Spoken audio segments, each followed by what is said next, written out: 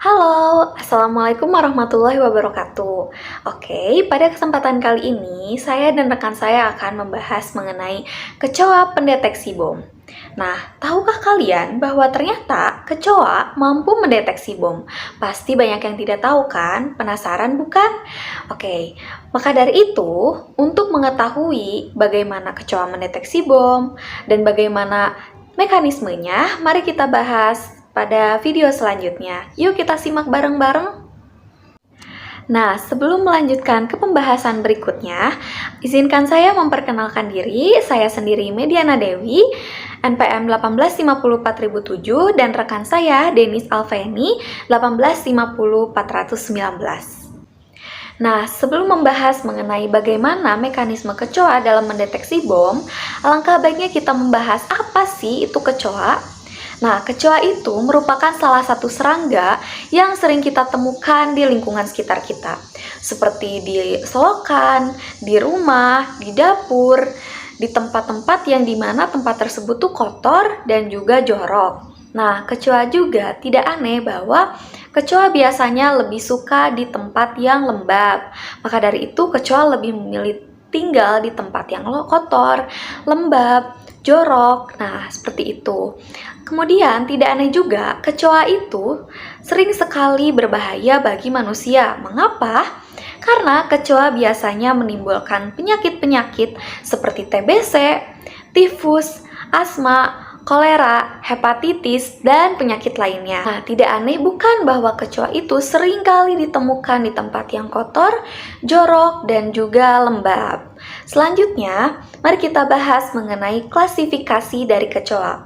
Kecoa ini merupakan kingdom Animalia dengan filum Arthropoda dan kelas Insecta dan ordo Blattaria, kemudian famili Blattidae dan genus Periplaneta. Kemudian spesiesnya yang disebut dengan Periplaneta americana.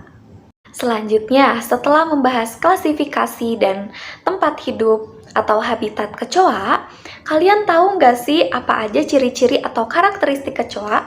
Pasti tidak aneh bukan? Kalau misalnya kecoa itu sering dimirip-miripkan dengan kurma? Ya, betul. Kecoa memiliki warna merah kecoklatan dan mengkilap, seperti kurma layaknya. Kemudian memiliki panjang sekitar 28-44 mm. Kemudian, kecoa pada jantan biasanya ukuran tubuhnya lebih panjang dibandingkan kecoa pada betina. Dan kecoa juga biasanya dapat berlari serta terbang di suhu yang sangat panas. Sering kali kalian mengetahui atau melihat kecoa yang sering terbang. Nah, kecoa bisa terbang dan berlari di tempat yang suhunya cukup panas. Setelah kalian mengetahui apa itu klasifikasi yang ada dalam kecoa, kemudian habitat kecoa dan juga ciri-ciri kecoa, nah, saya di sini akan membahas mengenai siklus hidup dari kecoa. Kecoa sendiri memiliki metamorfosis yang tidak sempurna, yang terdiri dari 3 stadium. Yang pertama, telur. Yang kedua, nimfa, dan yang ketiga, dewasa. Seperti yang ditunjukkan pada gambar berikut, maka dari itu saya akan membahas lebih lanjut mengenai siklus hidup kecoa. Nah, dari 3 fase tersebut, terdapat fase seperti di gambar berikut. Nah, di gambar berikut dijelaskan bahwa telur itu dihasilkan dari sebuah betina. Dari sebuah induk betina, kemudian telur tersebut dibungkus oleh cangkang atau oleh kulit yang cukup keras yang disebut dengan OOTK. Nah, OOTK ini dapat disimpan atau dibawa baik secara internal maupun eksternal. Biasanya bentuk pada telur ini untuk membedakan spesies-spesies pada serangga. Nah, yang kedua adalah fase menjadi nimfa. Nimfa ini adalah telur yang telah menetas. Bentuknya seperti kecoa dewasa, namun ukurannya lebih kecil. Mengapa? Karena pada nimfa ini, mereka tidak memiliki sayap dan organ seksualnya belum berkembang. Kemudian pada nimfa ini biasanya mengalami sebuah pergantian kulit yang biasa disebut dengan molting. Pada fase molting ini, Pada nimfa ini akan mengalami molting atau pergantian kulit dengan keluarnya eksoskeleton dari tubuhnya. Nah, biasanya pada kecoa ini mengalami 5-10 kali pergantian kulit sebelum menjadi fase dewasa. Nah, setelah itu fase pada kecoa dewasa. Kecoa dewasa ini merupakan nimfa yang telah mengalami pergantian kulit atau molting sebanyak 5-10 kali. Setelah mengalami pergantian kulit, kecoa tersebut akan tumbuh dan berkembang menjadi kecoa dewasa. Kecoa dewasa pada jantan akan lebih cepat berkembang dibandingkan kecoa betina, dikarenakan pergantian kulit atau masa moltingnya lebih sedikit dibandingkan kecoa betina.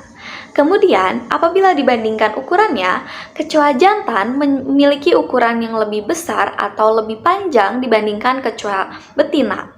Lalu pada kecoa betina atau kecoa jantan ini memiliki sayap yang menutupi bagian abdomennya, yang dimana sayap tersebut digunakan kecoa untuk terbang. Namun, tidak semua kecoa adalah penerbang yang ulung. Ada beberapa kecoa yang berfungsi atau mereka dapat lari dengan cepat, baik pada bentuk kecoa dewasa ataupun pada bentuk nimfa. Nah, setelah kalian menyimak pembahasan berikut, unik bukan? Ternyata kecoa bisa mengalami molting atau pergantian kulit sebelum menjadi fase dewasa, atau pada fase nimfa, kecoa tersebut mengalami pergantian kulit atau molting. Jadi bukan hanya ular saja ya yang mengalami pergantian kulit, tetapi kecoa juga bisa mengalami pergantian kulit atau molting. Nah, setelah kalian mengetahui bagaimana siklus hidup pada kecoa, saat ini saya akan membahas mengenai pola hidup kecoa. Setelah dibahas beberapa slide sebelumnya atau pembahasan sebelumnya, membahas mengenai habitat kecoa. Nah, saat ini pola hidup kecoa membahas juga mengenai habitat kecoa. Kecoa biasa tinggal atau hidup di sebuah ruangan, baik itu ruangan seperti rumah, bangunan-bangunan, ataupun ruangan lainnya yang berada di sekitar kita. Kemudian kecoa juga biasa dilihat di saluran pipa, ruang bawah tanah, talang pipa, anak tangga, dan di tempat lainnya. Terutama pada bagian atau pada tempat yang kotor, jorok, dan juga lembab. Kemudian kecoa juga aktif pada malam hari dan juga termasuk hewan omnivora. Selanjutnya kita akan membahas mengenai morfologi kecoa. Yang pertama terdapat caput atau kepala. Pada bagian kepala terdapat mulut yang digunakan untuk mengunyah atau memamah makanan. Kemudian ada sepasang mata majemuk yang dapat membedakan gelap dan terang. Di kepala juga terdapat sepasang antena. Nah, antena ini berfungsi sebagai alat indera yang mendeteksi bau-bauan dan vibrasi di udara. Dalam keadaan istirahat, kepalanya akan ditundukkan ke bawah, pronotum yang berbentuk seperti perisai. Selanjutnya terdapat bagian toraks atau bagian dada. Pada bagian dada terdapat 3 pasang kaki dan sepasang sayap yang menyebabkan kecoa dapat terbang dan berlari dengan cepat. Kemudian terdapat struktur seperti lempengan besar yang berfungsi untuk menutupi dasar kepala dan sayap di belakang kepala. Ini disebut dengan pronotum. Kemudian terdapat abdomen atau bagian perut. Badan atau perut kecoa merupakan bangunan dan sistem reproduksi. Kecoa akan mengandung telur-telurnya sampai telur-telur tersebut akan siap untuk ditetaskan. Dari ujung abdomen terdapat sepasang sersi yang berperan sebagai alat indera.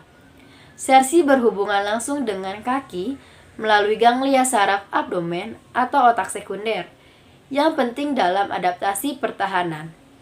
Apabila kecoa merasakan adanya gangguan pada sersi, maka kakinya akan bergerak lari sebelum otak menerima tanda atau menerima sinyal. Kemudian jenis-jenis kecoa. Yang pertama terdapat Periplaneta americana. Ukuran tubuhnya ini antara 30-40 mm, warnanya merah atau kuning kecoklatan, punya 2 sayap depan mirip kulit, kemudian lentur dan venasi yang jelas. Sayap belakang seperti selaput menutupi abdomen. Anterolateral sayap atas nampak lebih jelas. Kemudian yang kedua ada Blatta orientalis. Ukuran tubuhnya ini 22-27 mm.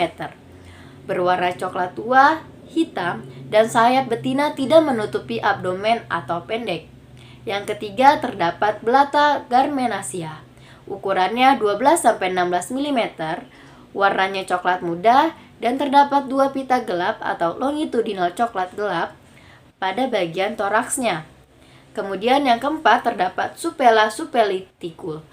Ukuran tubuhnya ini sekitar 13 mm, warnanya coklat muda mirip dengan belata germanica, tetapi tidak ada garis pada toraksnya.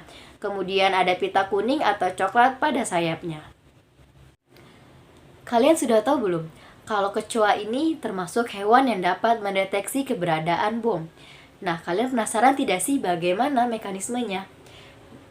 Mekanisme kecoa dalam mendeteksi bom yang meliputi sifat fisiologis dan morfologis dilakukan dengan merespon balik terhadap rangsangan berupa bom atau bahan peledak yang diolah oleh organ olfaktori atau pembau. Rangsangan akan ditangkap oleh sel sensorik dan diteruskan melalui sel motorik, melalui ganglion-ganglion menuju mushroom body dan diproses di otak untuk selanjutnya direspon.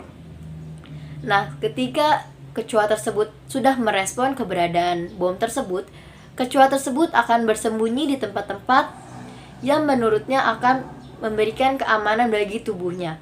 Maka dari itu, kecoa ini tidak mati ketika adanya bom di Nagasaki dan di Hiroshima, karena mereka dapat mendeteksi keberadaan bom tersebut, kemudian mereka melarikan diri dan masuk ke dalam gorong-gorong ataupun masuk ke dalam lubang batu-batuan sehingga mereka selamat dari bom tersebut.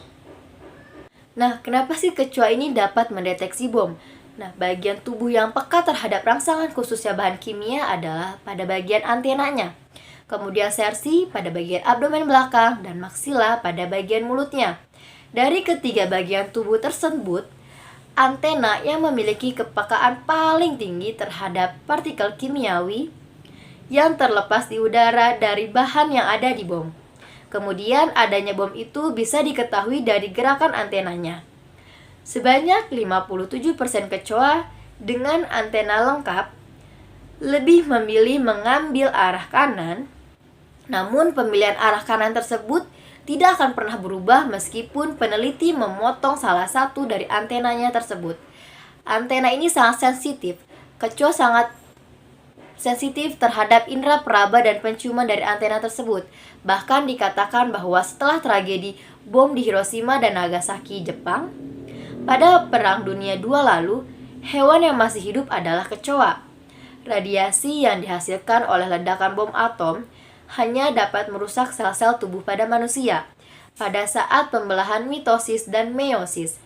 Nah, sepanjang hayat ini, setiap persekian detik, sel-sel tubuh kita ini akan terus membelah. Namun tidak pada kecoa.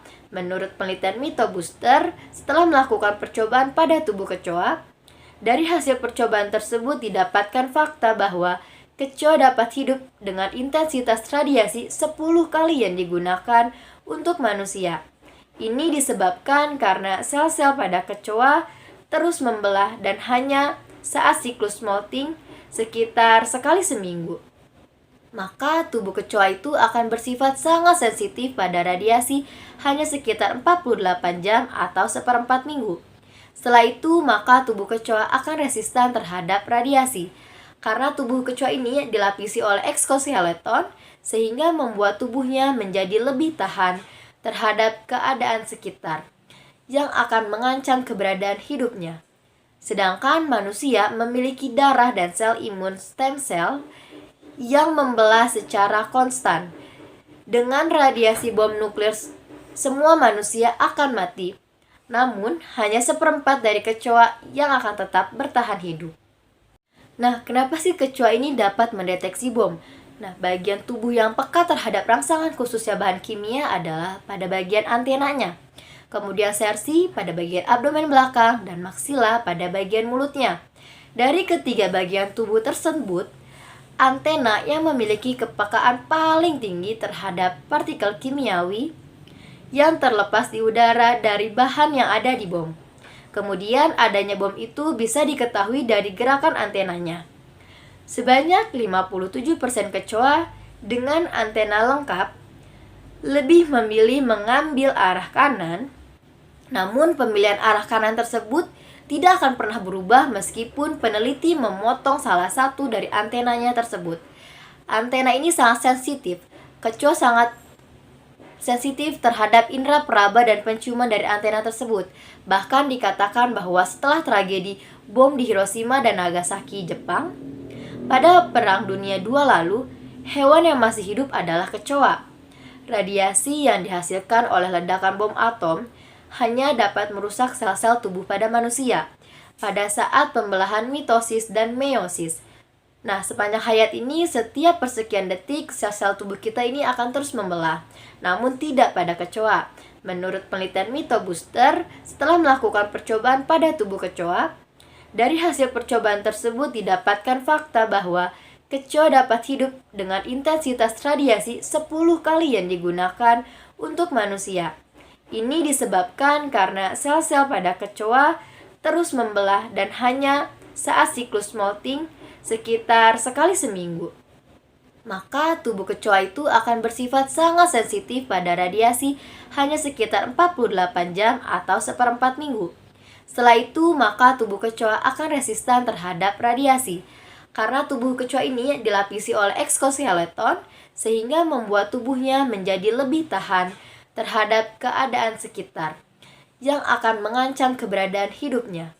Sedangkan manusia memiliki darah dan sel imun stem cell yang membelah secara konstan. Dengan radiasi bom nuklir, semua manusia akan mati. Namun, hanya seperempat dari kecoa yang akan tetap bertahan hidup. Yang terakhir mengenai sistem sensomotoriknya yang berada pada bagian kepala dengan dua antena yang berfungsi sebagai penala getaran. Dan kedua bagian kaki belakang yang meneruskan ke bagian perut dengan rambut-rambut halusnya yang juga berfungsi serupa seperti antena. Kecepatan reaksi sistem sensomotorik dalam menanggapi rangsangan dari luar. Jika sistem penala getaran di kaki belakangnya atau antena di kepalanya mendapatkan rangsangan secara tiba-tiba, maka reaksinya terjadi hanya dalam waktu 15-20 milidetik atau lebih cepat dari kedipan mata. Kecoa sudah lari dan menghilang di bawah lemari atau meja. Nah, dua sistem sensomotorik kecoa yang terpisah dan independen. Jika salah satu sistemnya dipotong atau dimatikan, sistem yang lain akan masih tetap aktif dan berfungsi. Nah, ini terbukti dengan kecoa yang kepalanya terpotong, dia akan masih tetap berjalan dan bergerak ke sana kemari selama beberapa. Nah, sekian penjelasan kami mengenai kecoa sebagai pendeteksi bom. Semoga video ini dapat bermanfaat dan dapat menambah wawasan kalian semua. Terima kasih telah menyaksikan video ini, sampai bertemu di video selanjutnya.